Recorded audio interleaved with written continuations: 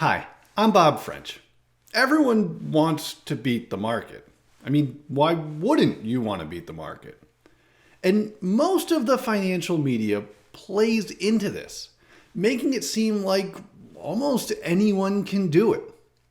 So long as you put in a tiny bit of work and buy whatever they're selling. But let's think about this a little bit. If the market return is basically the average return of everyone in the market, then not everyone can beat the market, just by definition. You need to be at least better than average.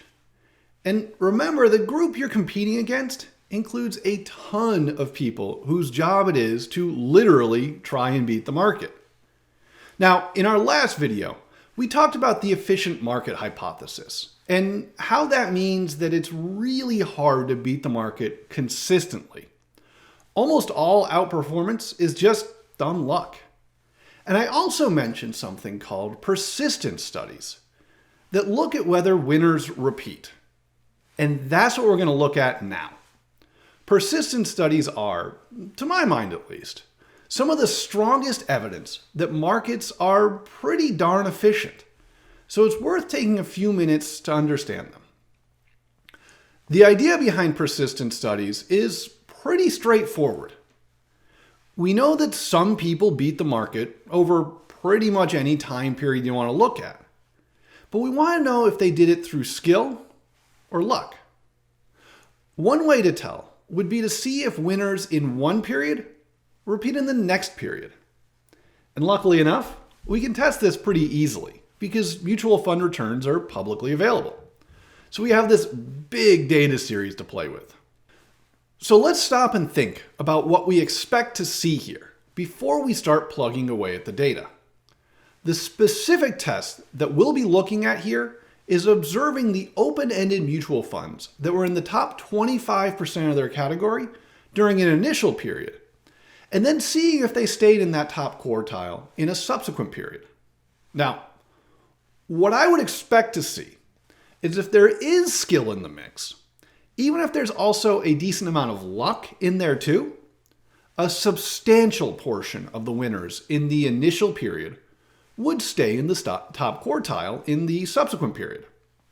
Not necessarily all of them, but it should be at least a decent bet that the funds that were good in the first period would continue to be good in the second period.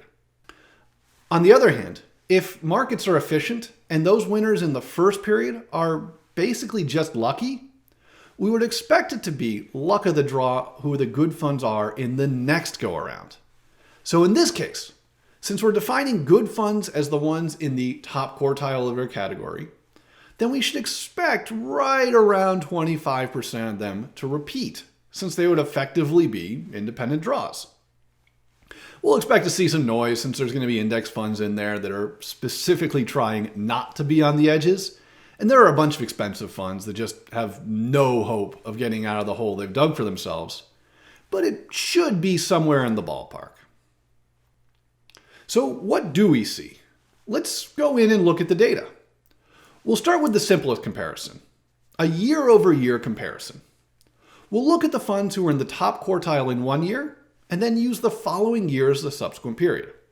And again, if there is skill, then we would expect to see substantially more than 25% of the winning funds repeat. Well, let's pull up the chart. It's not looking great for the idea that there's skill in mutual fund performance. When we use the period from 1999 to 2018, the average rate of winners repeating was just 27%. There's definitely a lot of variance here on a year-by-year basis. In 2001, 43% of the winners repeated. And in 2002, 47% of them repeated. And then in 2009, only 11% of them repeated. But overall, it was pretty much dead on for random chance. And we'll see this if we cut the data in different ways. Here's one where we use 3-year windows rather than just the annual returns. When both the initial and subsequent periods are 3 years long, the winners in the initial period only repeated 26% of the time. And it's worth noting that by increasing the period length, we've also cut down on the variance. The best period for repeaters was from 2002 to 2004, when 34% of them repeated. And the worst was from 2009 to 2011, when only 17% repeated. And then to round it out, if we use a 5-year initial period with those same 3-year subsequent periods, the average actually drops to 24% that repeated. Now, I think it's pretty safe to say that winners don't seem to be able to reliably repeat, which is great. Like I said, this is a pretty convincing piece of evidence that markets are at least pretty efficient. There may be a couple folks in there that do have some form of skill. And in fact, I've written an article on Peter Lynch, who is one of the few who we can point to and say that he probably could beat the market. Either that or he was one of the luckiest people who ever lived. But I've put the link to that article in the description if you want to take a look. The trick is, though, even if there are people out there with skill, how do you identify them out of all of the other people who are just lucky? Skill in investing is just a really elusive quality. In turn, this means that trying to capture that skill, to pick a manager who can beat the market, is probably a fool's errand. And that goes double if you think that you are that manager, either through security selection or market timing or whatever you want to call it. We have pretty conclusive evidence that folks who are paid boatloads of money, and you know some manager at some point has asked to be paid with a literal boatload of money, can't do it. So why do you think you can? Remember, there's a huge slug of randomness in play here. If you've beaten the market in the past, how confident are you that it was skill rather than luck? What you want to be doing is not trying to beat the market. Just accept what the markets are giving you and focus on being in the market.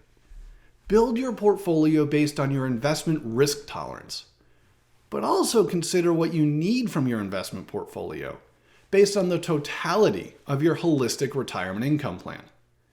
And the way to do this is to dial in your risk exposure with passive funds that give you much better control over exactly which risks you're taking, rather than the risks that some manager thinks are going to happen to pay off.